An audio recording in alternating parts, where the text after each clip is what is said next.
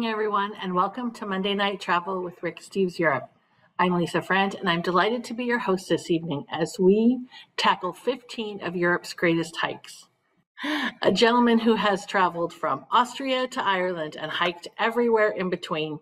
Please join me in welcoming Pat O'Connor. Pat. Thank you, Lisa. It's great to be here. Thank you. Welcome back to Monday Night Travel. We're so glad that you would spend your time with us. It's terrific to be here. Thank you.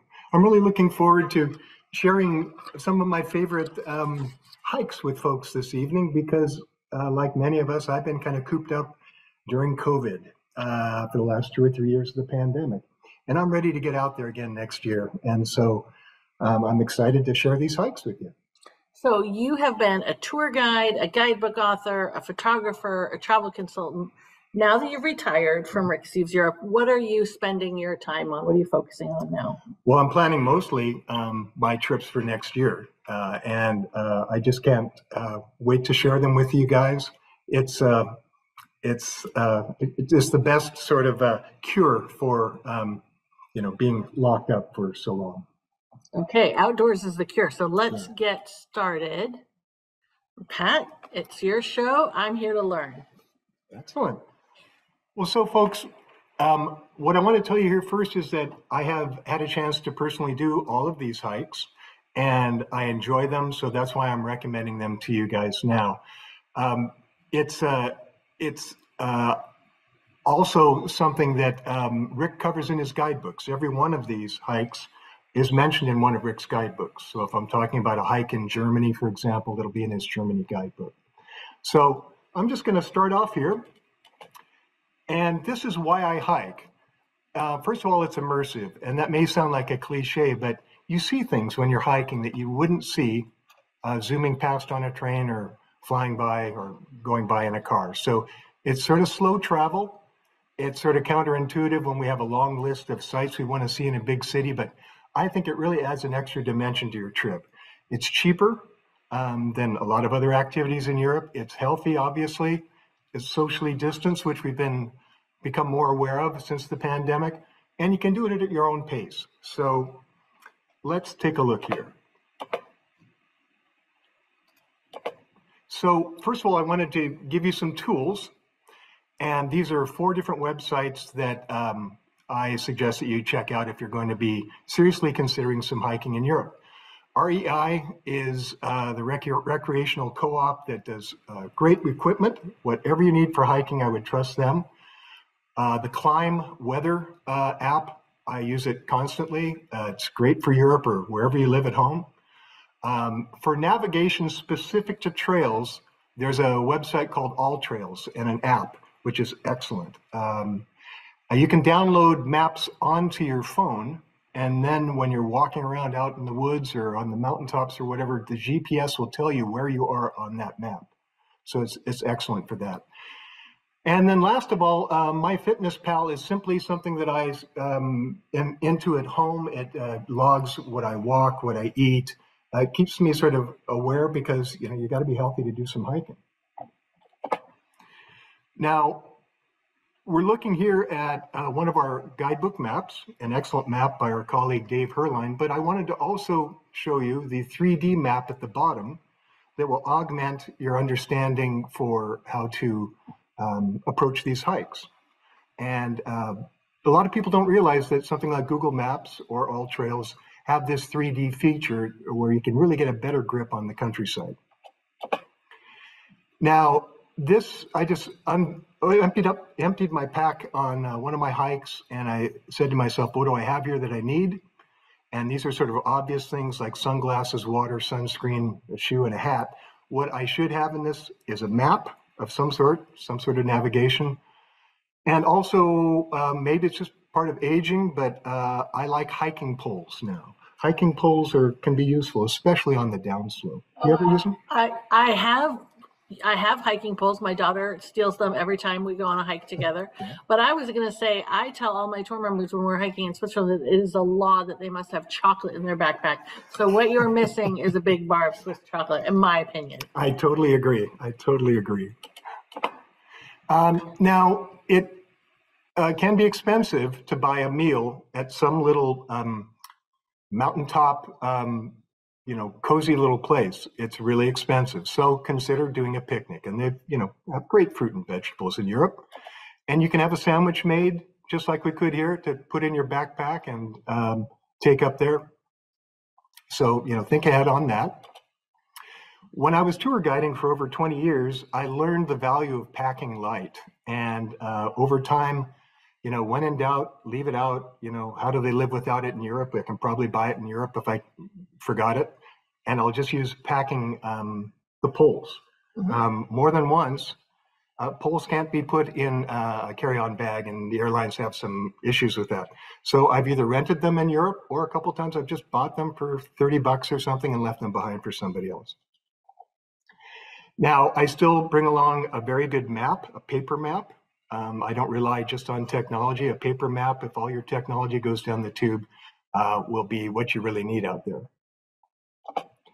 And my phone, again, as an example, it has a compass built into it. If you look closely, it tells me what my elevation there was 7,900 feet, and it gives the latitude and longitude. If you were stuck out in the woods and you needed to give somebody your exact location, it's right there. So charge your phone, charge all your tech, top it up before you hit the trail. And be aware of the seasons. The seasons are, well, I'll put it this way. Europe is further north than people realize. Most of Europe is further north than the continental US. So the seasons come earlier. And I had this hike, intended to take it in Switzerland, and I got there in the second week of October, and the trail had already seen the first snow. And so I couldn't do this hike because it would have been slippery on the ice. And a lot of people think they can hike in May, but no, a lot of those trails are closed in May. You have to wait until June. So. Exactly right, yeah. I won't cover all the passes in all these different regions, but just know that there are some very handy cost-saving passes in each of these areas, and Rick will cover them in his guidebooks. Now, here's the kind of the hidden ingredient that people forget. Your travel partner. Are you really compatible under duress on the trail? And so I have a good buddy, Philip, and my brother, Tim, and other friends who really enjoy hiking. Don't underestimate this. If somebody is your friend in the book club, they may not be compatible on the hiking trail. So do some hikes ahead of time so that your trip isn't sent sideways by that. So here's my first hike, guys, and we're going to start in the north of Europe and work our way south over these 15 hikes. So the first three are going to be up in Scandinavia, and here's the first one. This is Pulpit Rock in Norway. The gateway town coming in would be Stavanger, but I'm not going to sleep in Stavanger to do this hike. A lot of people do, but they get there in the middle of the day with all the cruise crowds. Instead, what I do, first of all, sorry, this is a little out of sequence, but this was what this hike, when I was all done, this is what it asked of me. I actually climbed 127 floors over 7.5 miles. So take it with a grain of salt on your phone, but that's a more extreme hike in my book. I'll be showing much lighter hikes than this as well. But we're looking at the lodge at Pulpit Rock, and I made the mistake of booking in the old hostel, which is a very thin-walled room, building with rooms, and I immediately changed up to the newer building, which was much more comfortable because I wanted to get a night's sleep here, a good night's sleep, so that I could be on the trail at dawn. And I had a headlamp that I rented from the lodge itself. They do rent hiking sticks, poles, and so on. I would not rent boots because you really want to know that your boots fit, and you need to know that from home before you go. And this was the hiking gradient. This was right off the plaque at the start of the trail. You can see it's a stair step, kind of a hike. Very irregular ground all the way up. Yeah, I can see poles would be really helpful there. Definitely, yeah, definitely. And when I finally got up to Pulpit Rock itself, it was so mysterious. I was so lucky to see it in this foggy atmosphere. And when it eventually burned off, you're looking at 1,800 vertical feet straight down into a fjord. And I don't like that crack across the end of the view. Don't either. When I stepped across that crack, I was saying a little prayer. Anyway, it's dramatic as you can imagine. And some people actually camp up there in the cliffs. Can you see that tent up in the upper right-hand corner? Somebody's up there on a ledge with a beautiful view and a heck of a way out. This is Pulpit Rock from below, 1,800 feet below in the fjord, looking up at it, just to orient you. And I'm going to interrupt you. Please. Do people do what they do in Ireland? Do they belly out and hang their head over the edge? They do some stuff that makes me really twitchy. Okay. Yeah. We're on the same page. So why did I do this in the dark to start at 5:30 in the morning before dawn?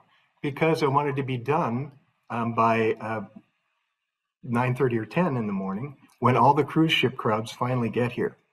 And unfortunately, God bless them, they're not equipped with decent footwear or navigation, and they can kind of slow things down. So just understand that the early bird gets the worm on all these hikes. Okay, we're moving to Sweden, and this is a very mellow, easy hike that anybody could do on a beautiful island that's in the archipelago right off the coast of Stockholm. Stockholm would be your gateway city. You could sleep in Stockholm, run out here for the day, and come back. Grinda Island used to be a Boy Scout camp way back when, and it's just first of all, it's boat access from Stockholm that's about an hour and a half to get out there. And you're passing all these little islands that remind me of the San Juans up here. You know, I these, can see that. yeah, kind of glaciated hard rock islands that give you these lovely isolated trails. Sweden is flat and full of lakes, a bit like Minnesota, if you want to think of it that way. So you don't have a ton of mountains to go and hike. You've got these beautiful flat islands that I really enjoy. And this would be another summer hike. So Summer Pulpit hikes. Rock and Grinda would be definitely full on summer. Good point. Yeah, June through August, guys. If you play with May or September, you're playing with fire with those northern latitudes. Oops. Great place to eat up there. I won't say a great place, but a handy place. It's the only place on the island. Soup and sandwich kind of stuff. And then one of the old Swedish forts. Sweden used to be a real powerhouse in the Baltic. This fort's from the 1500s. It fought off the Danes in the 1600s and the Russians in the 1700s. This is Vaxholm Fortress, which is on the way. And now we're going to our third hike here. We're now in Iceland. And I actually combined two hikes here. You can't do both of these in one day. You can do one or the other because they're in two different directions. So the first one on the left is a word that I cannot pronounce. It's there at the top of the screen. So it's a gorge that is super, super scenic. And it's a little bit west of Reykjavik. Reykjavik would be the gateway city. That's where I'd sleep to do these hikes. And starting first with this gorge, it has trails only on the rim because you can't really get around the rock walls in the valley floor. And it's I just have to say otherworldly kind of a place. They do have these, excuse me, these observation platforms along the way for you to check out the views.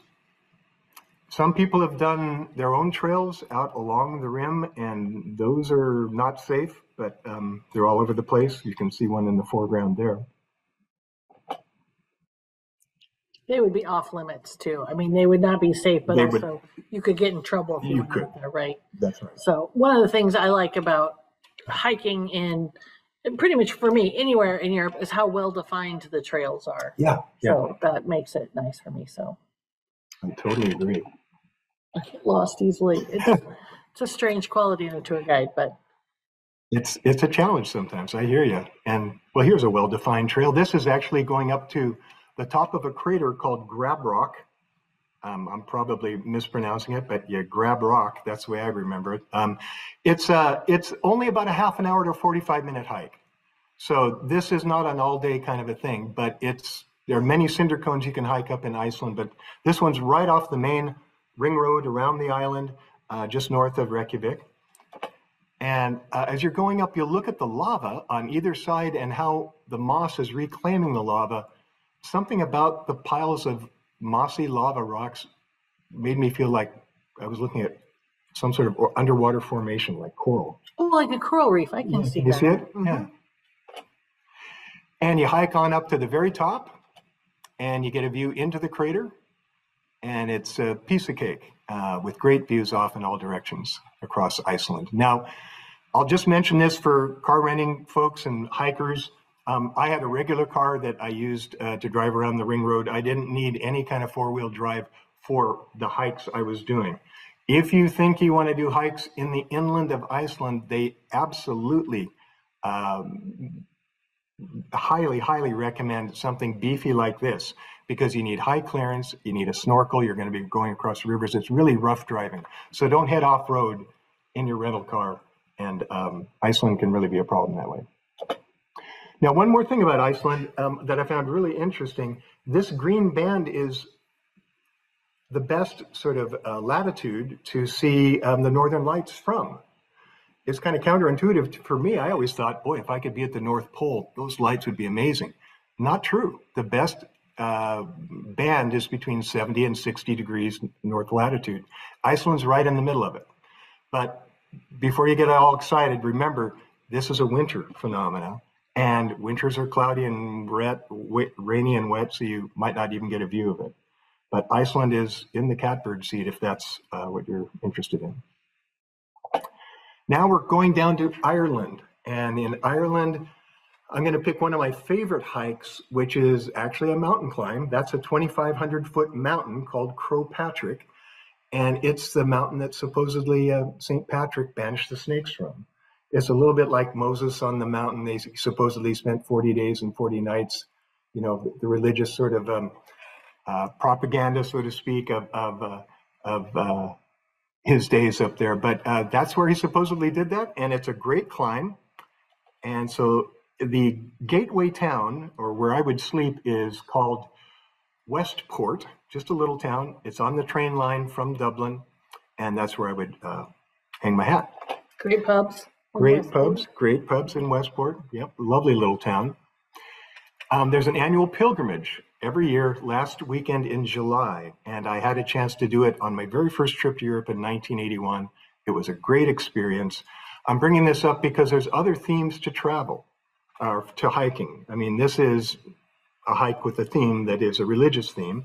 They even tell you how many circuits to make around different statues and prayers of the cross. But anyway, it has a real religious significance in Ireland, and on that weekend, they estimate over 20,000 people climbed the mountain. It was a huge crowd scene when I did it, and a great experience. People who are truly devout do it barefoot, believe it or not, like this gentleman in the foreground on the left.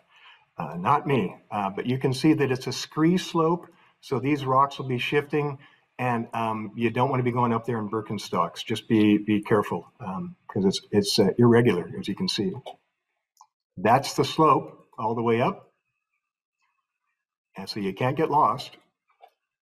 And there's no cover there. There's no, I mean, if it were sunny, you would definitely need your sunscreen. True. Yeah, there's no shade. You're completely exposed to the wind or the rain, you know, so check your weather forecast in advance. I had a nice day the third time I climbed it here, and I had zip-off legs on my trousers. You know, I could zip them back on if it got cold. I had a little backpack, or day pack, I should say, with a windbreaker and just the basics, some water. And yeah, it is a steep slope, though. Take your time. You can do it at your own pace. And at the top, you get a little chapel that is giving mass, or saying mass, I should say, nonstop on that pilgrimage weekend. But you can pop your head in there and say a prayer. And they've even delineated what they say is St. Patrick's bed. Now, who knows where he slept up there? But anyway, that's a place to focus your good vibes on St. Patrick. Again, it's great to have somebody who you're compatible with conditionally too, as far as your conditioning. You know, can you walk long distances or hike long distance together? I Or want, short. or short distances. That's true. Short That's distance. true. Maybe you have That's a true. travel partner who doesn't want to go 10 miles. They only want to go 2 True. miles, and you True. only want to go 2 miles. And Absolutely. It doesn't have to be boot camp. It's just that vacation. Always keep that in mind. it's the compatibility aspect, That is. not the yes. Yeah, Good, for sure. good advice. For sure. I just use these images as a weather warning on Ireland. These are both May tours that I was leading. I took people to Torque Waterfall, a different part of Ireland, but this is just to illustrate what you can run into in the off season. So take that with a grain of salt. I love the flowers in Ireland. I'm not a botanist, but they really catch my eye. They're in August, you get this Montbretia, which is just my favorite. It's just absolutely gorgeous. It just lights up Ireland in August. In June, you get fuchsia in the hedgerows, and you get bog cotton out in the bogs, more or less all year round with the bog cotton, I found. Now, another theme walk that I did was the Afri Famine Walk, and they do this every year to remind people of the Irish potato famine and the fact that famine is still in the world today, obviously. So this was another sort of a theme hike. I don't want to call it a hike, but it was a walk through Connemara, across Duloch, the Black Lake, a place where 400 to 500 people starved to death trying to walk along this same road 150 years ago to get their landlord to give them some relief that wasn't available, and they starved on the way home. So it's a very sad, tragic, one of many sad, tragic Irish famine tales. And they commemorate it every year, the Duloch tragedy there in Connemara. Now, here's, I believe, our fifth hike. This is Inishmore Island. This is also in Ireland. This has gotten some recent press because it was one of the filming locations for the Banshee of Inisherin. The other part of it was filmed up on Achill Island further north in Ireland. But super dramatic, giant limestone flat top, like huge aircraft carrier out there that is really a great place to spend the day. I would sleep in Galway and make my way out there from Galway town. It's about 45 minutes out to the airport or an hour out to the docks. I'm going to suggest the airport to folks because if you take the boat, which we have to on our tours because we have 25 people and you can't fit everybody into a plane this size. When you take the boats, you have to wait for the tides, which means you can't leave until 10:30 in the morning and you don't have until maybe 4 and 5 in the afternoon to come back. So you get 6 hours on the island. If you fly, you could take an 8:30 flight and come back at 7 or 8 in the evening and see a lot of the island without all the tourists. I want to do that someday. Yeah, it's very cool. And you're up close and personal. It's an 8-passenger plane, and you're up there for 10 minutes, maybe get 500 feet, and you land again. And here's the tides I was talking about. You're on the island for those middle of the day hours. I mean, the boat's reasonable. You can do the boat. Sure. We've both done the boat many times. But if you have a little extra money, then the plane is a really special way to go. It is a special way, and it's roughly double the cost of the boat, which for me was worth it. So Inishmore is one of the last little pockets of the old Ireland where, thatched roof houses used to be all over the place, and they don't exist anymore. It's a skill to be a thatcher, and it's expensive, but this is where you can still find it a bit in Ireland if you're looking for it. They speak the Irish language, Gaelic, Irish Gaelic, and it's everyday use. It's not just trotted out for the tourists. This is what they communicate with.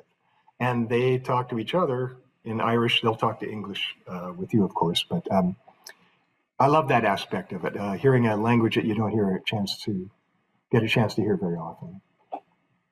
These people are rough, hardy folk out on the island who for generations have hunted, I should say fished for basking sharks, huge, docile sharks that have plenty of fight when you're trying to bring them in.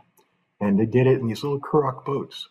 These hard, Scrabble people who really lived a tough life out there. And it was so difficult out there that they had to make their own dirt. They made their own dirt with sand and seaweed and animal dung, put it together in a little patch, and that was their garden to grow some vegetables, because otherwise it's birds and fish. So really an interesting culture out there. But limestone, sort of, when you get rainwater on limestone, it becomes acidic. That's how you get caves in places like Kentucky and so on. This is a Rorschach test. I see Godzilla. Who do you see? Well, now that I see Pete's dragon. Okay, very that's good. Very similar. Very good. Just more Disney-esque. To get around on the island, you can take the slow ride on the pony trap, or you can rent a bike to the trailheads I'm talking about for our hikes. You can also take a minivan bus across the island. It's only 9 miles long, the island, and only a mile wide. I'll just mention something here, just with the idea of slow travel. I want to share an experience I had. In 1981, I was biking around on Inishmore, and just a kid out of college. And I was biking along, and I saw this cute little girl standing there playing with her friends at this gate.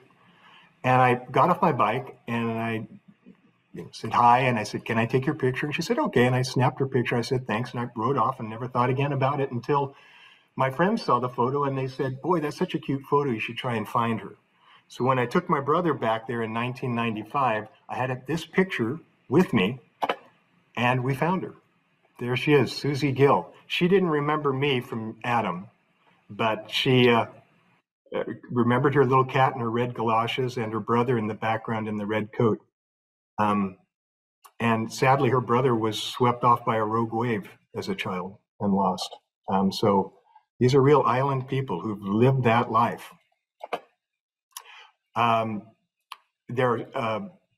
the left is a memorial to fishermen who have been lost at sea.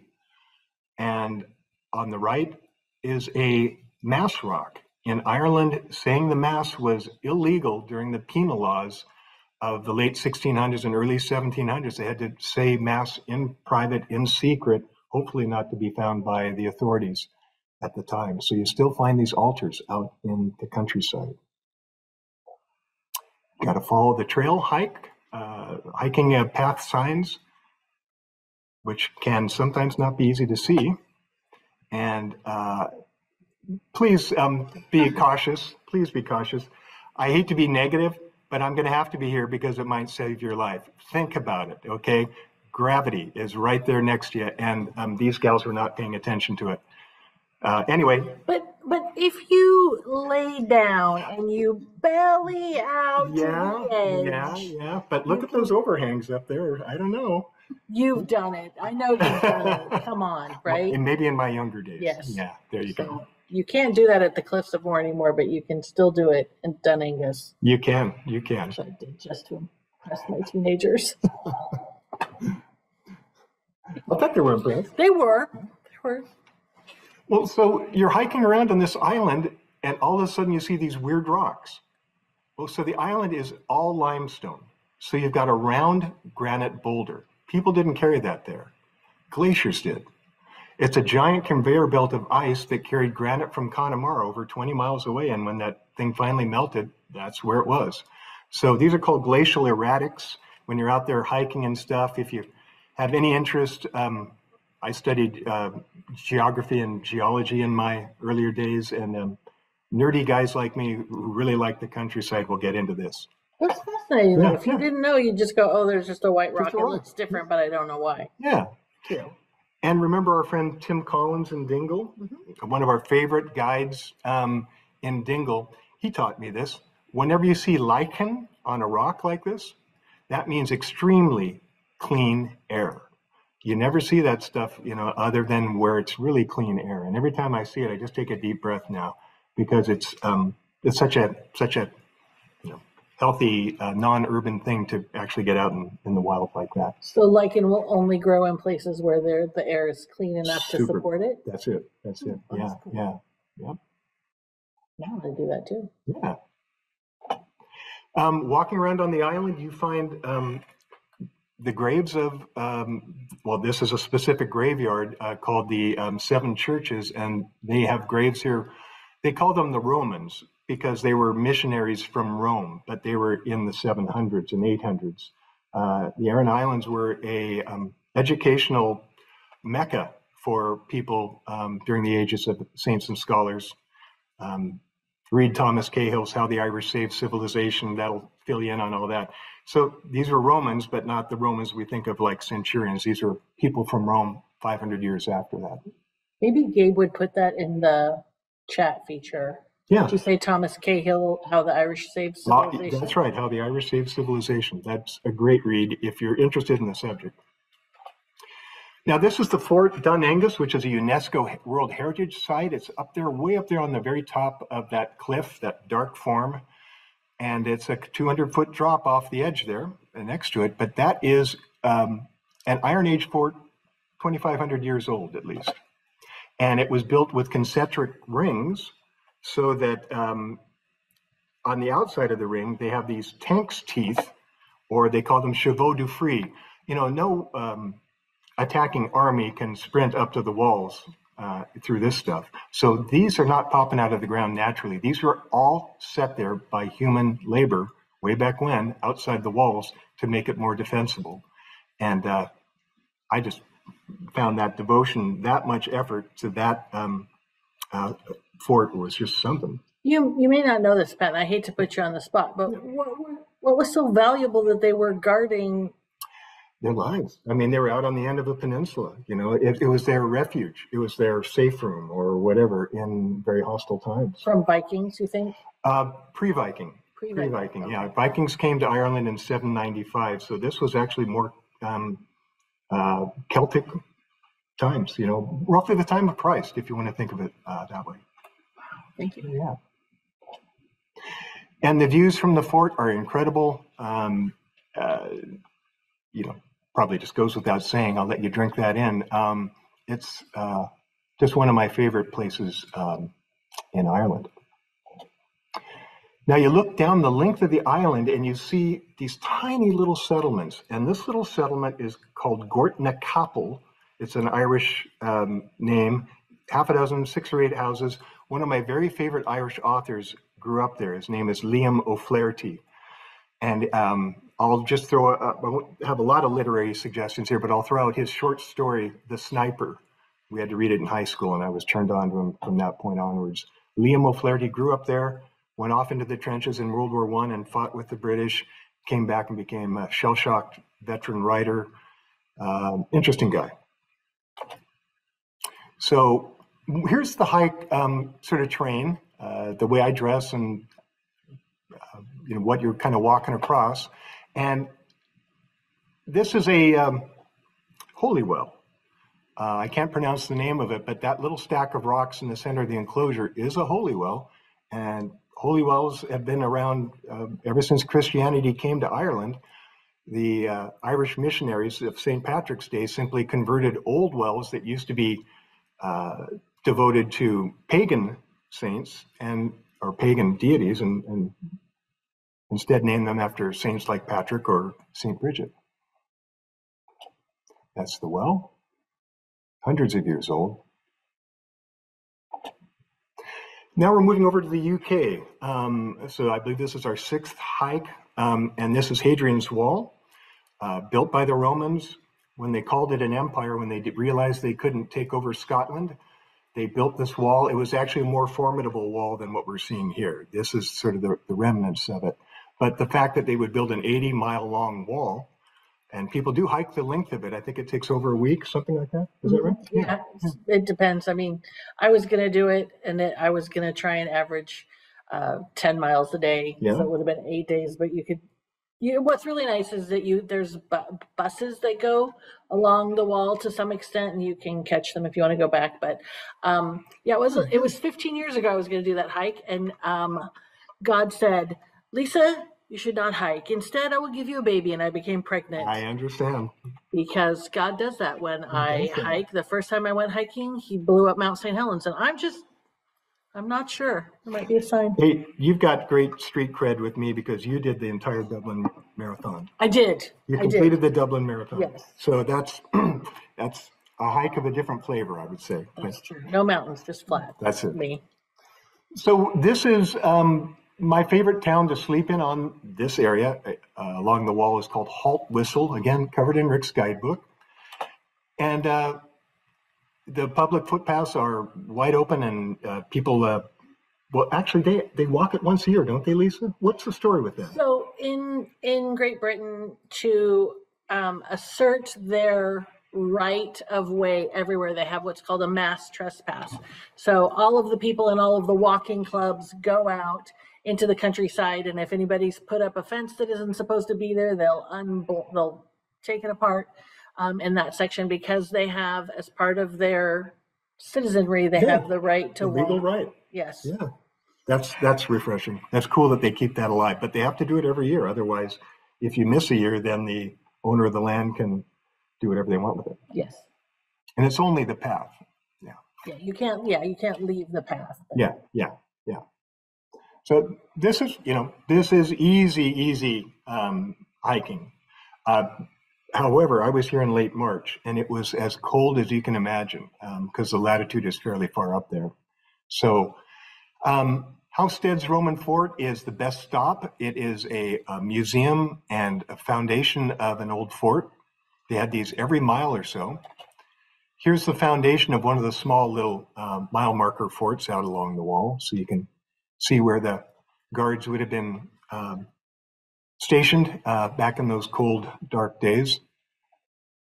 But underneath the main buildings, at the main headquarters there, they had, at Vindobona, it's called, they had heated floors. You can see how the wood would have laid on top of those pylons in that enclosure, and they would have had hot water, boiled water put in there, and that would rise and warm the floorboards. Heated floors. Heated floors. Very cool. Yeah, the Romans were way ahead of their times engineering-wise. And part of the hike, I only did 5 miles of this, right? It's an 80-mile wall. I only did 5 miles of it, but it was great right there near Vindobona. And sometimes you're hiking on top of the wall itself.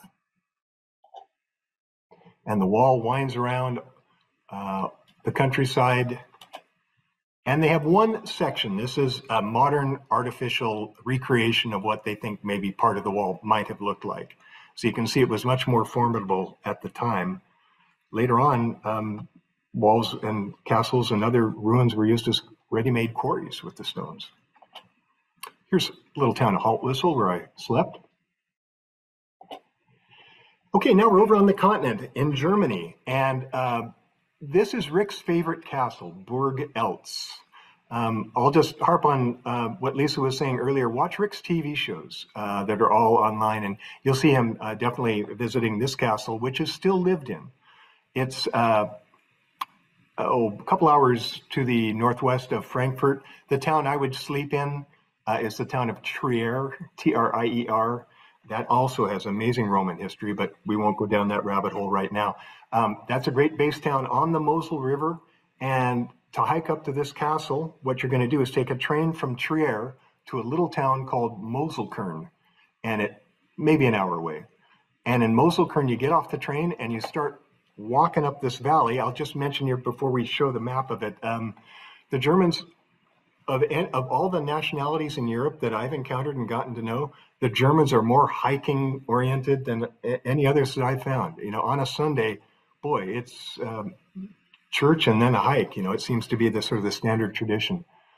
Komm mit zum Wandern means come along on the walk, and everybody's invited. So here is the walk going from the river, the Mosel River, down in the lower right-hand corner to Burg Eltz, up that canyon in the left.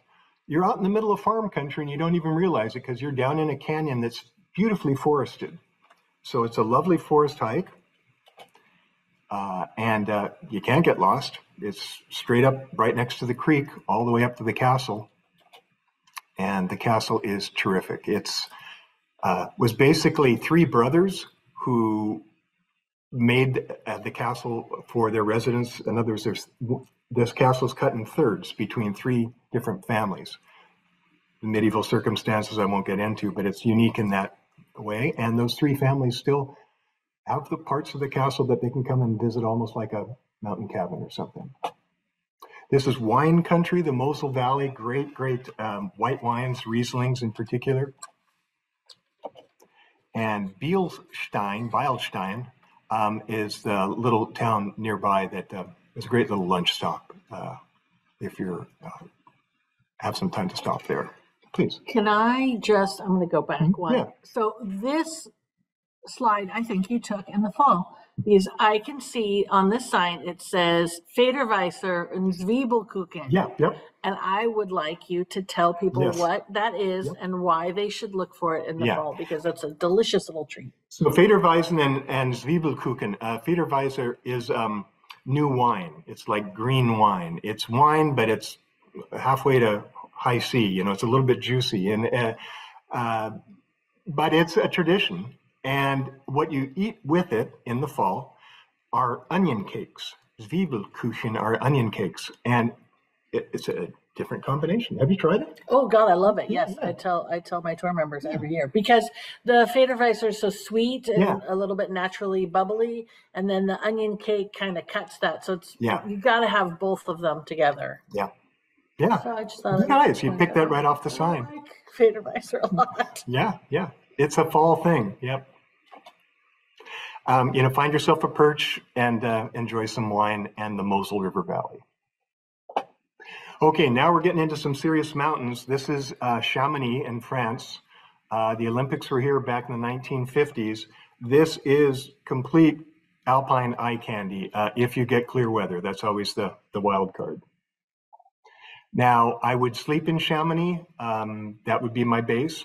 And Chamonix was the first mountain climbing sort of citadel or mecca, maybe, where actually locals found that they could make a living just being guides. There was enough demand for that in the late 1800s. Between the gentlemen, aristocracy of Britain primarily would come to do these climbs and hikes and be the first to perhaps name a place, a mountaintop.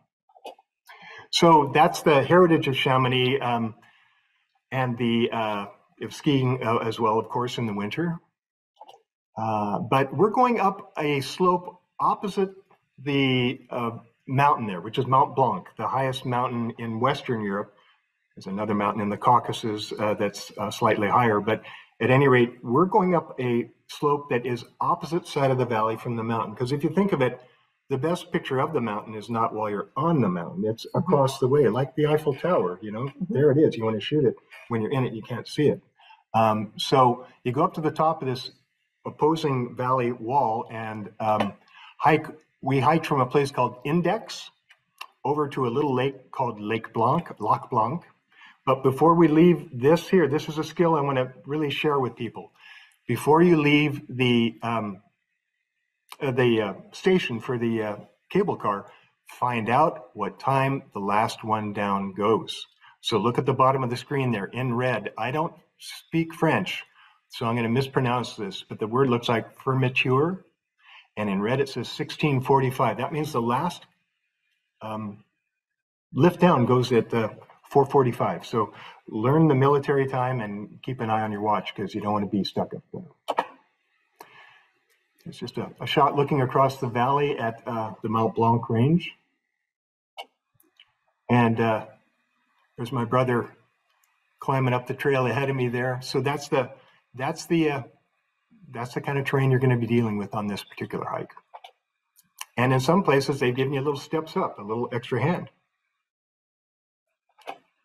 Here's Lac Blanc, Lake White, I guess it would be in English, but Lac Blanc. And that is Mount Blanc in the distance, in the background. That's over 15,000 feet back up there. And I think I mentioned this before. You've got your compass and your elevation and so on your phone. Okay, moving over into Switzerland now. The Berner Oberland is the name of the region. It's just south of Interlaken, and I would sleep in the town of Lauterbrunnen or Müren. They're two great alpine towns. Lauterbrunnen's down in the bottom of the valley floor. Müren's up on a cliff top.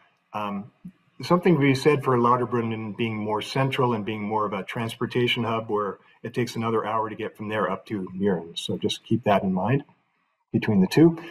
This is a hike along a ridge that I did with every tour group that I could when I was leading our Germany, Austria, and Switzerland tours. And this is a ridge in the center of the map there. It may be hard to see. This is simply a placemat. I can help. Yeah, thank you. Manneken to Kleine Scheide. That's it. Manneken to Kleine Scheide. So we're going this way. Yeah, thanks, Lisa. So that's, we've cable carred up to the start of the hike at Manneken, and we're going to walk around the kind of backside of the ridge to get over there to Kleine Scheide. Yeah, thank you. So Mürren, I'll just mention the type of town you could be sleeping in. Mürren is just a woody, beautiful little wonderland. I'm not a huge flower guy, but the way they go to town on the flowers on the decks, you know, man, you're there every year as well leading tours. It's just incredible. And they're playful. The Swiss have a sense of humor. You know, they have a straight-laced reputation. They're playful in unique, odd, sort of little playful ways. Going up to these different alpine passes in this area, you're going to be taking trains and cable cars. The trains take a funicular, which means they're cranking up a steep slope that is too steep for regular metal wheels to turn, get traction. Now, I'm amazed by the glaciers. Whenever I'm over there, look at that rock at the bottom that thing is shoving downhill. Those are huge boulders. Those are big trees. That's a giant thing, and it can carve a valley like that. That just blows me away that over time that water, simply frozen water over time, could do that to rock. And if you're on the coast, your glaciated valley will be a fjord with seawater just running right into it. So this is, just... This is from an old textbook. Old textbook of mine, yeah, that I always remember this. You've got the Lauterbrunnen Valley down in the lower left-hand corner, filled in with silt that came down off the mountains once the glacier melted. And on the right, you've got the fjord. That's so cool. Yeah.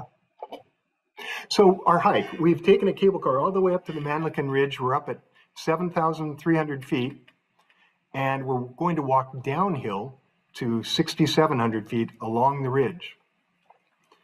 First, we're fueling up. I love this Swiss dish. It's farmer's food. It's called rosti. And rosti, oh man, sticks to your ribs. It's the three main ingredients are going to be cheese, hash browns, and eggs, and then anything else that they throw in with the kitchen sink. It is. I tell my tour members, like, this is why I am hiking today. I am hiking only so I can eat rosti. Yeah. It's good stuff. And here's the ridge. We're hiking from left to right along that ridge. Those odd-looking stripes are avalanche fences because the town of Wengen lies just out of view below at the bottom of this canyon. And they do have potentially fatal avalanches every year. So that's a winter safety precaution, those avalanche fences. Here's the ridge. And we're hiking towards the mountains, downhill along the Manneken Ridge. If you were down below in the valley, you would think it's a cloudy, rainy, damp day. But look what we got up here. So go online and check the weather. Have you been there since they revamped the Manneken gondola? No, I and haven't. made it open top? Have they? Okay, this is the best $5 that you can spend in Switzerland. So if you take the gondola from Wengen up to Manneken, they sell it separately. This little ticket's like five Swiss francs. Yeah. And you get into the big gondola, which will hold like 30 people, and you take a little tiny spiral staircase to the top, and then you're outside. There's usually like, I don't know, 5 or 6 or 7 people, Wow. and you go up the mountain on top of the cable car, wow. and it's, Oh, wow. I mean, it's a good use of your money. Yeah. Wow. Well, and it was so frustrating before because you'd have the windows which were all scratched up by people's ski poles and stuff, and you try and take a photo through that glass. That must be spectacular. It was raining. Well, it was sprinkling when I did it, but it was still worth it. It was so cool. Cool. Sounds cool. So, what can I say about the views? They're Swiss. They're stupendous. And this is where Heidi lives. This is, where the cows are in their summer, high pastures feeding. And here's the Eiger, probably the most famous mountain of of this part of Switzerland. The Eiger is, I should say, was famous for mountain climbs. It wasn't climbed until 1938 for the first time. But I'm showing you this image because this gal in the foreground is making great use of those poles, which I use all the time. But she may be a local gal who does this all the time and isn't that interested in the view. But let me tell you two things I see wrong here. Number one is she's walking uphill. She's walking the route uphill. If she'd done her homework ahead of time, she could have been walking downhill. And the second thing is she's walking away from the view. The view is behind her. All the way along this walk, the mountains are behind her. So again, she may just be a gal there who knows this stuff, walks it every day, but that'd be my suggestion to keep in mind. So you're hiking towards the mountains here, and you will see Edelweiss. Edelweiss is up there. It's illegal to pick, but it's there. Beautiful little flowers, almost like felt texture on their leaves. And just slow down and see what you see along the trail. Just before you get to Kleine Scheidegg, there's this mountain hut, which was a favorite. We always stopped there for a beer and a great view, and it was uncrowded. The big crowds are down below in that picture. Those buildings down below are Kleine Scheidegg. That's a transportation hub, and that gets a mob of tourists in the summer months. So up here on this little chalet up above, about a 10-minute hike short of Kleine Scheidegg, you've got the best of both worlds, I think. Now, when you get up here to this point at Kleine Scheidegg, you could head back down to the valley, which is what I'm sort of advocating. But if you have a lot of money and a real interest, you could go take a train up inside of this mountain, inside the Eiger, that loops around and comes up at the top of the Jungfraujoch. And the Jungfraujoch is over 11,000 feet, a great view. This is super expensive, guys. To do this from Lauterbrunnen up to the top and back is going to, what, 150, 200 bucks? Last time I checked. Like, yeah, 200, I'd say. Yeah. So don't feel like you have to buy the whole thing up front right away. Just buy a ticket up to Kleine Scheidegg and see what the weather is going to be like then. So you wouldn't want to hike if it was you're in the right side photo because the mountain's in the clouds. And every time you buy a ticket, you can see in the upper right-hand corner of this ticket office, there's a TV screen that is showing people live feed video from the tops of these mountains. So you can see what you're paying money for up at the top. So that's handy. And of course, there's plaques that you can take a look at that show the different climbing routes up that 5,000-foot vertical face, the Eiger North Wall, the Nordwand, the North Wall. Be aware that mountains make their own weather, and it may be summer, but you may wake up with a dusting of snow. It happens, Talk to people in Colorado and places like that. Winter, or I should say mountain weather, can really surprise you sometimes. Lisa had the last tour of the year years ago in October, and we had a beautiful hike, I would say first week of October, 6th, 7th, 8th of October in there. Gorgeous hike. And the next morning on our exit day, we woke up to 5 inches of snow. You would have never expected it, but those are the mountains. So just be aware. And I just love the way the Swiss coexist with their topography. Look at this guy, 10 feet from the abyss, and he's happy as a clam in his garden. Just like those ladies back in Ireland. Yeah. He knows where he's at. He knows where he's going, and he's not playing footsie on the precipice. So now we're on to another part of Switzerland. On the southern border of Switzerland is the Matterhorn, on the Swiss-Italian border. The front side of it and the summit is in Switzerland. The back side, the south side, is in Italy. And this is a beautiful hike downhill from the Gornergrat. The Gornergrat is actually 10,000 feet, but you're walking downhill. I've taken a train to get up here. So let me explain this. This is one of our maps from our book. And there are 3 vertical lines going up into the mountains, but the central one here is the Riffelberg cable car and train that gets you up there to that little tiny red flag up there, the Gornergrat, at 10,270 feet. And great views up there. Grab a bite or whatever you want. it is expensive up there if you do grab a bite, but at any rate, you're hiking down to the Riffelsee, which you'll see is that little blue dot right beside the railroad tracks. And Zermatt is the town that you sleep in. That's my base town to do this hike. Be aware that first thing in the morning, there can be a real mob scene for popular year-round skiing snowfields. There's a snowfield up above the Kleine Matterhorn, the Little Matterhorn, where they have a snowpack year-round. So people are up there with their boogie boards and so on. And it can be a real crowd scene. So you want to manage that and be there early in the morning so you're not stuck in this crowd. There's the Gornergrat up at 10,000 feet. There's the lunch I had at the Gornergrat that cost me almost $40. That's how I learned to get picnic lunches. This is just a cafeteria food, steamed rice and, vegetables, and it was super expensive because of where you are. Other things that are expensive, boy, don't mess with the gift shops. They know that you're high on the scenery up there, literally, and they want you to pay through the nose. Very expensive prices. Shop around, but then go and buy it online later because I view these as extremely overpriced. So we're hiking down from the Gornergrat, and we get to the Riffelsee, which in good weather will be a clear weather, flat, what am I trying to say, a smooth surface on the lake for a better reflection. And you do have to pay attention to the trail. Some of the markings are not quite as obvious as you could walk past without paying attention. Or sometimes it's just as simple as a little red and white stripe like you see in the right-hand corner here, just to let you know that you're on the trail. Before you leave Zermatt, be sure to go into the Matterhorn Museum. This is a great museum of climbing, showing the routes, the initial route up the Matterhorn, and the tragic fate of the first party that climbed it. 4 British gentlemen and 3 Swiss guides went up to the top, and 4 of them died on the way down. Anyway, there's the actual rope that broke.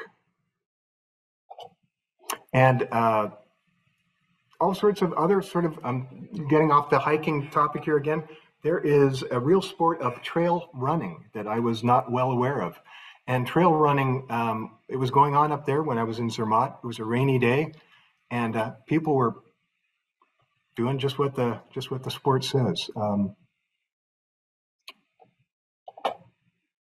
Okay, now we're down in northern Italy, the Alpe di Siusi. The gateway town is Bolzano, but the place I would sleep is Castelroto.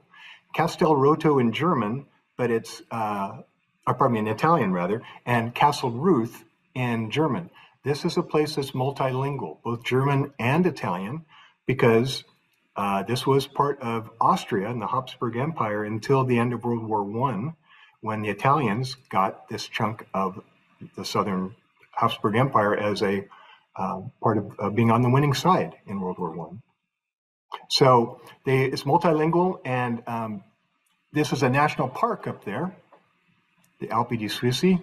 I dress in layers, guys. I just have a windbreaker, a sweatshirt, a long sleeve t-shirt, and a short sleeve t-shirt. I've got all 4 of those layers in my backpack, and I just walk around my day pack when I'm hiking with those, and I take them on and pull them off as I see fit.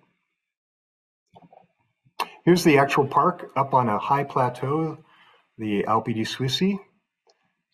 It's a national park. It's gorgeous wildflower season. I've seen photos in wildflower season up there. But I was a little bit after wildflower season here in the fall, climbing up to a ridge top there inside the park, and nice views along the way.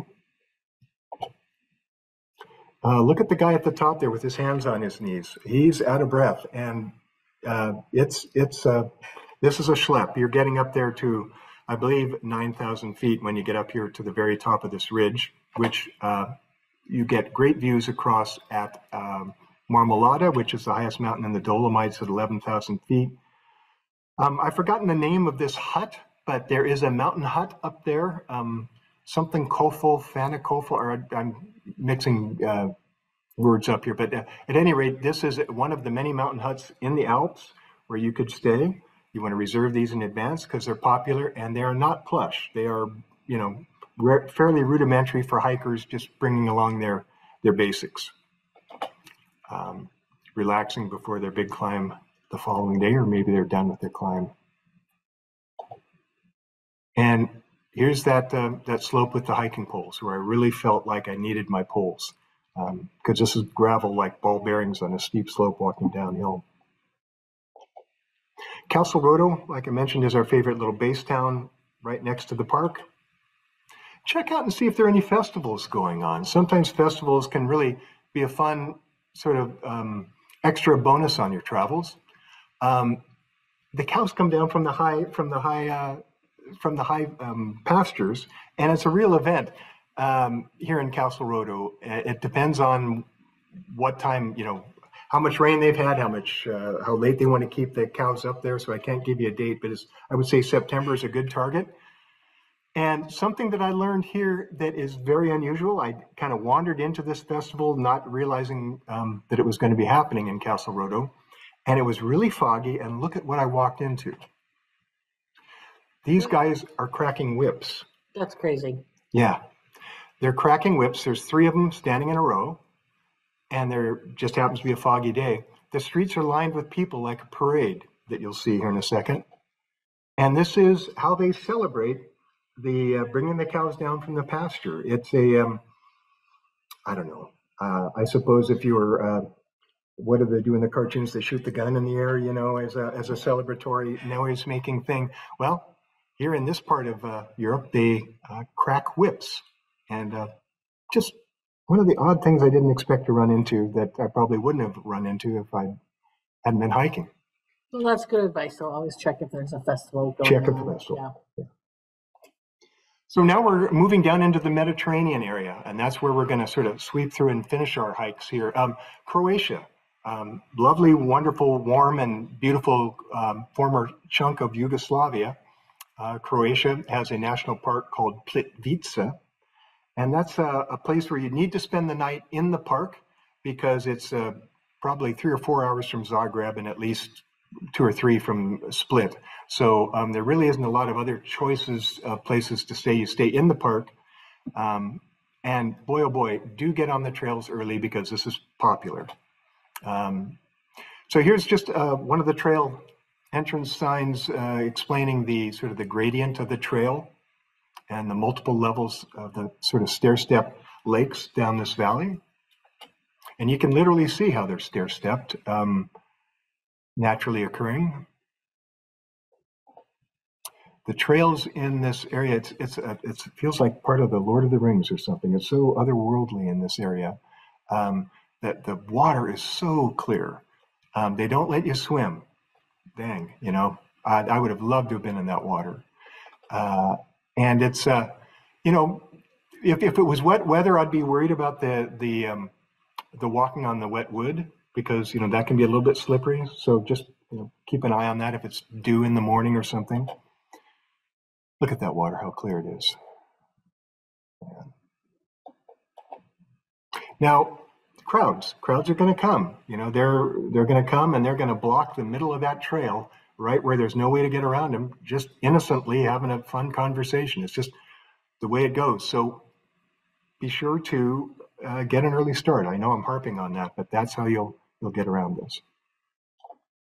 These people are day tripping in potentially from other areas. Okay, now we're in Greece, the Gorge of Samaria. Rick talked about this as on his very first trip to Europe. This is a real long hike. This is either 14 or 18 kilometers, so it's 9 or 10 miles anyway. It's a rugged hike, and let's look at a map here and I'll explain it. Up in the highlands, up in the center of the map, is where you start, and then you hike downhill all the way down to the coast at the very bottom. So that is an all-day hike. Now, if you've got a car, you park your car at the top of the hike, you get down to the bottom, how do you get back to your car, right? If you take a bus, that's going to take hours and hours and hours. So What we did just on the fly is we decided to stay in a little town on the coast, just to the left outside of the picture here, it would be to the west, a little town called Paleohora, and I'll show you that town in a minute. This is the top of the trail, where the trail begins, and you do pay a trail fee, and then head down into this very, very deep canyon. You can see the switchback trail in the foreground there. So we didn't hike this steep part down. Instead, we did an end run with our car to the town around on the southern coast, spent the night there and hiked up the valley and then back down it. So we didn't have to handle this steepest part because we weren't really equipped for it. So here's the town of Paleohora, beautiful little beach town, apparently a hippie hangout back in the 60s and 70s, we were told. And very rudimentary, simple, clean, little basic Spartan room. Economical. And we then got in a boat from Paleohora over to the town at the base of the canyon. And that's called Iaromeli. And the Crete coast, the coast of Crete, is super rugged, as you can see here.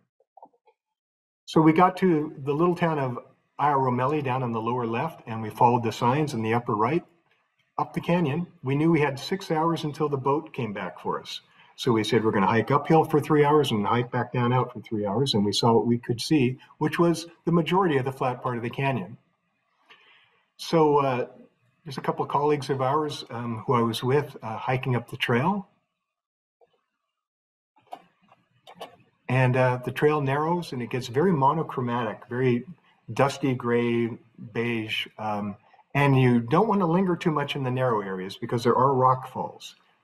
So they echo through the canyons and they're pretty dramatic and they can be fatal. So you do have to be kind of aware. Here's the narrowest part of the entire canyon. I'm standing there and it's less than 25 feet across. And you're walking across on planks like this in certain areas. Luckily, the water was fairly low. It was later in the season, so you could kind of predict lower water if you're hiking. Now stop and look around. There were mountain goats up on the cliffs in this canyon and some of the most gnarly thistle I've ever seen in my life that you really don't want to get too familiar with. And some really interesting geology, metamorphic rock that's been twisted underground and pushed to the surface, wrinkled by powers we can't even imagine. Here's another one of the things that you just don't know what you're going to run into. At the end of the hike, we were back down and waiting for the boat back down in town, and this guy had a cuttlefish or an octopus or something, and he was chucking it as hard as he could against the rock, just back and forth. Oops. I can't explain it. I didn't get a chance to talk to him. They do that. It's not for vegetarians to see this. It's a little bit disturbing, but yeah, so they eat a lot of octopus in this part of Greece, and after they catch them to kill them, they smash them against the rock. Gotcha. So he was just maybe doing an overly dramatic rendition of that, but like hitting the head of the trout or killing the trout. Okay. Yeah. Okay. Thanks. Now I can sleep at night. You're welcome. Okay, now we're in Sicily, and Sicily is a gorgeous island, extremely historic, and La Rocca is a rock above a little town called Cefalù. Cefalù you can reach by train from Palermo in about an hour. Easy day trip from Palermo if you're so inclined. But sleep in Cefalù because it's a charming town, and there's Cefalù with the rock behind it, La Rocca, the rock. So you can barely see a little crenellated wall at the edge of the top of the cliff there. Yeah, exactly. Yeah. And yep, perfect. And so you can see that that was a fortification. When Rome fell, this was part of Rome, right? When Rome fell, in came other barbaric tribes from North Africa and other parts of Europe, and they had to abandon the town to the pirates at times and get up there in the citadel on the rock. That's what you can see when you're down in town. And that's a plaque right at the trailhead showing an aerial view of what's left of the fortification right up there on the crown. And the trail heading up. It's nice. There's a lot of shade on that trail. Yeah. Yeah, Yeah. that's nice, Yeah. especially Yeah. as it gets so warm in Sicily. Very good. Yeah. So in the morning it's cooler because at the top there is no shade. But yeah, that's a good point. I was fascinated by the old trails. I mean, I'm on the regular trail. I'm not out doing these two, but look at the cut steps on the left. Think of the labor that was necessary before they had a better trail. And then look at the right. There's a little fortification out at the end of that ledge that I wouldn't want to wander out to. So it's just an amazing place. And there's a temple. I'm sorry, I don't know the significance of this temple. It was called the Temple of Diana. This area was part of Greater Greece, Magna Graeca, before it was ever part of Rome. So there were some Greek influences in Sicily way back when. More of the trail up there, and eventually you break out into the sunshine, and you get the great views. And like Lisa's saying, you don't want to be up here in the heat of the late afternoon. So think ahead, maybe do your hike in the morning. And at the top, here's the fortification looking down at the surroundings around the Cefalù area. There's my buddy Philip looking down on town. And I didn't do this every time, but here's just another comparison. I don't know how accurate this is, but it says that I climbed 53 floors in a mile and a half, so that's a pretty steep gradient. Take it with a grain of salt. And these are prickly pear. Prickly pear, which is a fruit that's actually sold. And I've not tasted it, but you have. Is it? Yeah, it's delicious. Yeah, it's it's been a long time since I had it, so I'm not sure how my memory is. I've had it more often as juices, but somewhere between a pineapple and a raspberry, I feel like that's my memory. Maybe if people have had this more recently, they can say, no, Lisa, your flavor profile is all wrong. But I remember there were a lot of cocktails with Fiki d'India juice, and they were delicious. Very cool. Cool. Okay, guys, this is our last hike. This is Montserrat. This is in Spain. This is about an hour to the west of Barcelona. I would sleep in Barcelona and run out here on the train and enjoy it. This is a monastery up there, and its claim to fame was that supposedly there's a statue in there, a relic, of the Virgin Mary and the Christ child, a Pieta, that was carved by St. Luke. And they ended up putting it here in this monastery, which was destroyed in the Napoleonic days and rebuilt in this modern style. So that's why it looks so modern. You get up there by cable car or by cogwheel railway from the train station in the valley floor. Pro tip is to do one going up and the other one coming down. Very good. Doesn't matter which order, but that way you just try them both. I totally agree. You see different things in both trips. Yeah. Here's the beautiful courtyard of the monastery. That's a Benedictine monastery. And this is their modern church. You see so many ancient, cool, churches. I'll just put in a plug for a beautiful modern church. That place just blew me away inside. And I love the old churches and the history and stuff, but it was nice to see them really do this nicely. And the cloister of the monastery. But we're here to hike, guys, and so we're going to go up to the top of this thing on another cable car. The monastery is just a middle station along the way, and it's incredibly hard to see. But believe it or not, there's a tiny church just dead center in the image there that you'll hike up to and pay your respects as you go. But I want to stress something. You're hiking in the desert now, so you have to think about what could be a problem in the desert. And desert, you need water, obviously, and you got to watch out for the critters. This is a viper, and it was on the trail. I kept my distance and zoomed in on it, and looked online later and checked out. It's an asp or a viper in the Spanish mountains. Hike along the trail. What are you doing? You're going up to these caves, these hermit caves, way up high in these hills. And when you get up to these hermit caves and look inside, you'll see that they carved out little niches for their candles or their offerings. And these were hermits hundreds and hundreds of years ago. So that's sort of the at the top of the hill, and then you turn around, you come back down the hill, and we finished 15 hikes in Europe. Yay! Thank you so much, Matt, for sharing all of those hikes with us. You're welcome. I know it has inspired me to do a few more hikes. I made a joke about me and God and the no hiking, but if you put Rushdie at the end, yeah, you go. I'll do it. I just prefer to call them walks. Yeah, So, yeah, very good. before we get to the Q&A, we have a word from our sponsor, and our sponsor today is our 2024 calendars.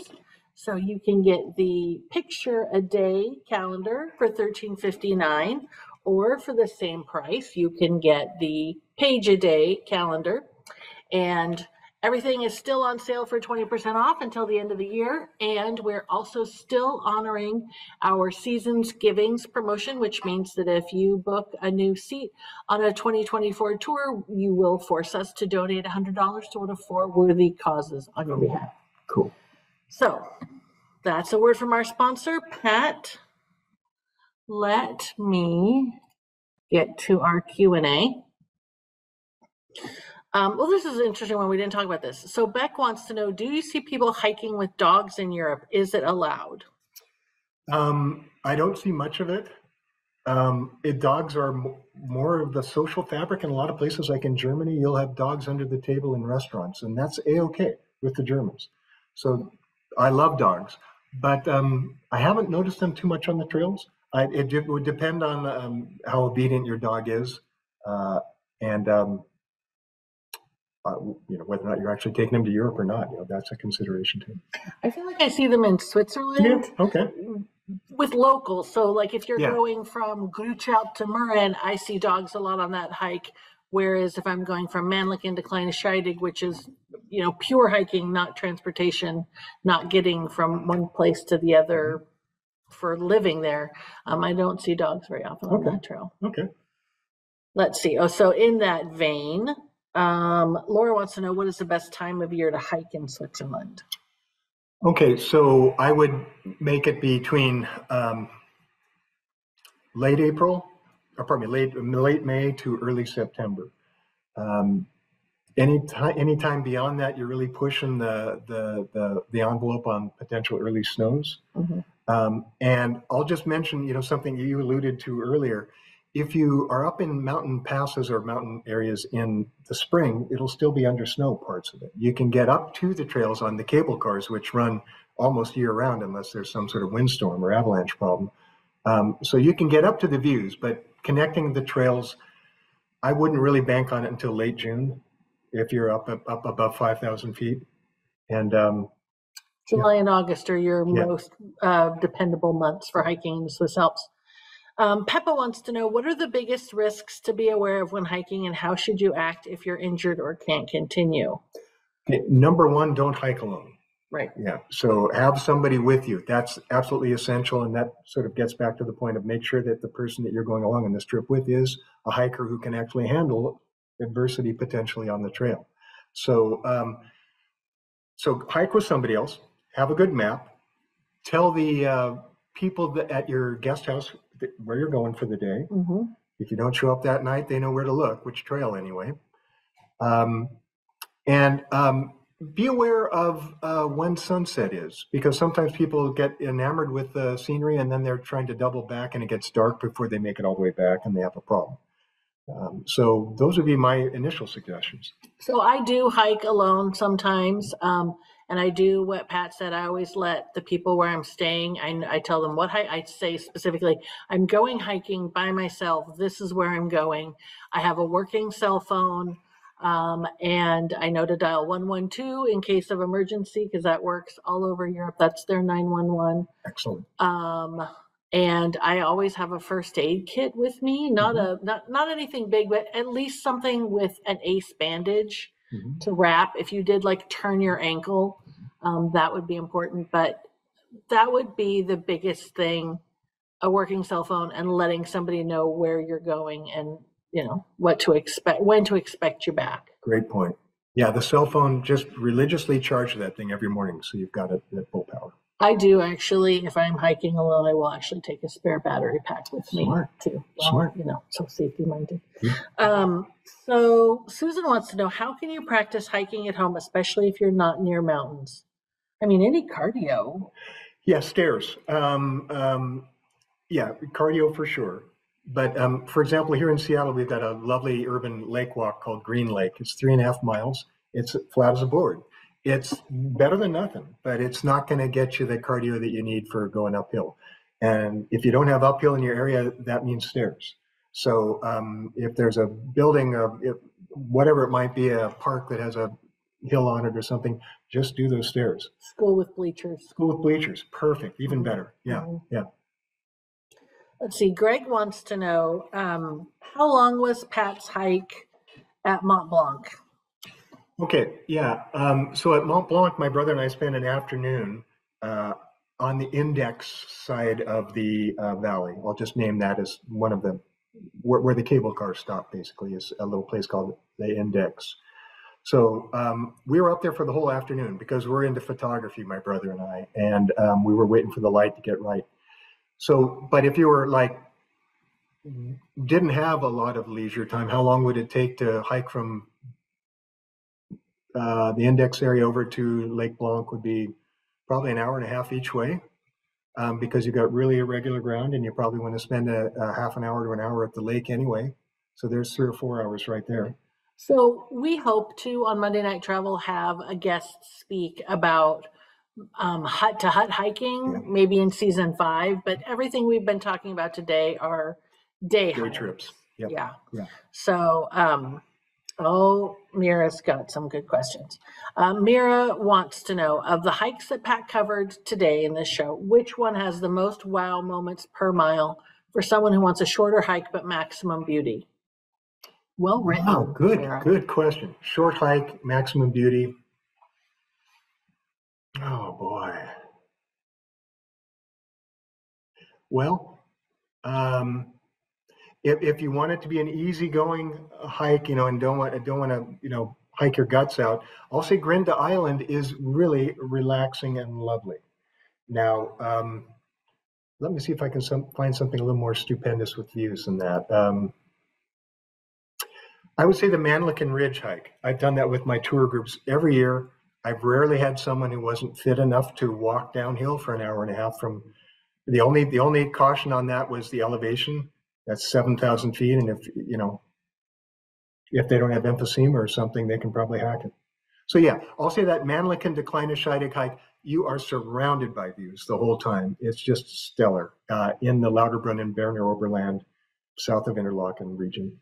Yeah, I will echo that. If you're in the Berner Oberland, you will be able to find a hike that suits every fitness level, and it is one of the most beautiful places on earth. We live here in, the Cascade Mountains, and every day when I drive home, I see Mount Rainier, and when I drive to work, I see the Olympics, and I don't care how many mountains I've seen. When I drive into the Lauterbrunnen Valley, I'm still always gobsmacked. It's so beautiful. So. Absolutely. All right, last question. Jan wants to know, and this is a practical but short question. Do you need to worry about altitude sickness when hiking in Switzerland? So we were just touching on that. Yeah, well, I mean, we're when you're at the Gornergrat, you're over 10,000 feet, and you rode a train up there. There are cable cars that take you up to over 12,000 feet in Chamonix and in Zermatt. So.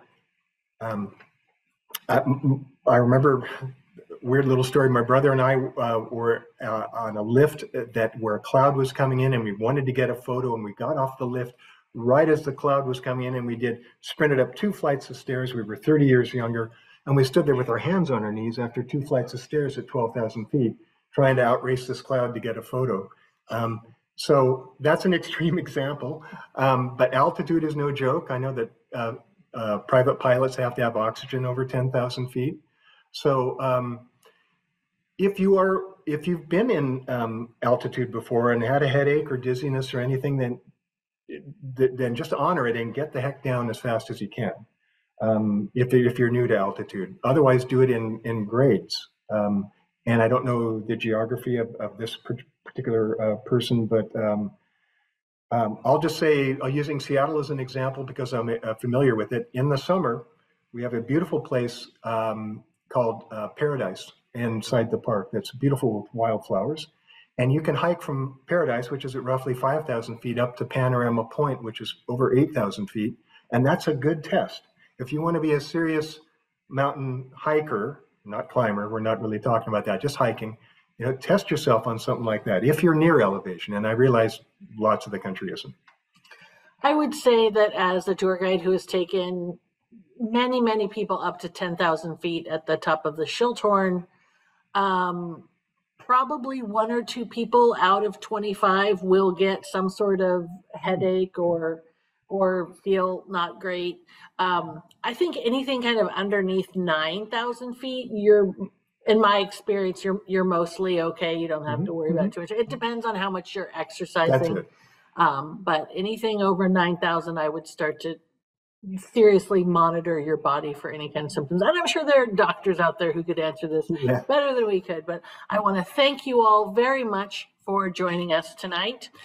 Next week, we have Rick back, and he is going to talk about his top 23 experiences, his top 2023 experiences. And that will be next week, so you can join us then. And I am just looking for the play button. There we go. Thanks, everybody. Okay.